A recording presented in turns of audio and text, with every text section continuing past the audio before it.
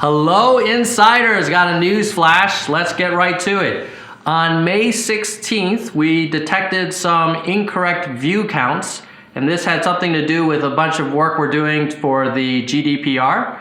So the good news is that was detected and fixed, and as of May 19th, the counts were corrected.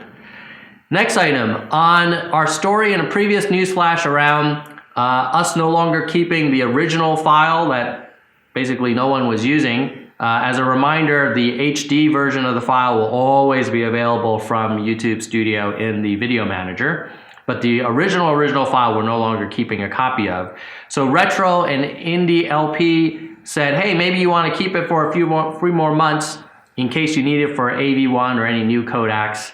Just to be clear, we will hold copies of those original files for 6 months before removing them. Next item, a lot of people have been asking about the YouTube Partner Program and when we're going to get through applications if they met the criteria but they haven't heard a decision yet. So we talked about this in a previous news flash. The target remains the same. We're trying to get through most of them by the end of June. I did talk to the team to make sure that that's the latest and best information, and it is still the most accurate ETA. We've even grown that team to help process more applications. And just so you know, that team spends a lot of time now going through each applicant to make sure they meet community guidelines, look at the data around the channel, and generally that anyone that's in the YouTube Partner Program is producing great content for our viewers. And that helps us ensure that the revenue from advertisers goes to the creators that are creating the most value for their audience. Next, we will be at VidCon. So Barbara, who you know from the channel, will be there. I think she's going to be shooting some video. I won't be able to make it, hopefully next time. But if you see Barbara or any of the other Creator Insider folks, please say hello. And maybe she'll want to interview you for some coverage of the event from the insider point of view. Next, you can now turn on Super Chat from Android. So if you're a live streamer and use the Android app, Super Chat is now available from that device. Next, if you are a live streamer and you use FireFox, you can now use our webcam feature.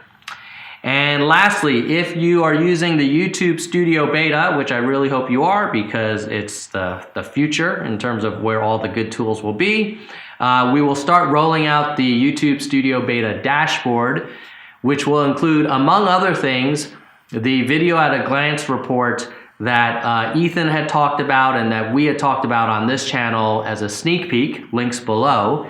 And that should be rolling out in the next month or two to almost all creators who want to check it out. So go ahead and check out the YouTube Studio Beta. There's a lot of cool things in there, and the dashboard with the video at a glance report will be coming soon. And as a reminder, if you don't know about a video at a glance report, it allows you to compare the performance of your last video against previous videos normalized for how long they've been available. So no longer will you compare this last video that's only been uploaded 12 hours ago against a video a year ago that's been available for a year, because it's not really fair. What we'll do is we'll compare your performance of this video that you just uploaded 12 hours ago to the last 10 videos that you've done in their first 12 hours. So you really get an apples to apples comparison. And you get a leaderboard. It's super cool. We think it has a lot of potential. I think that's it for this week. Hopefully this was helpful. In the meantime, keep it real.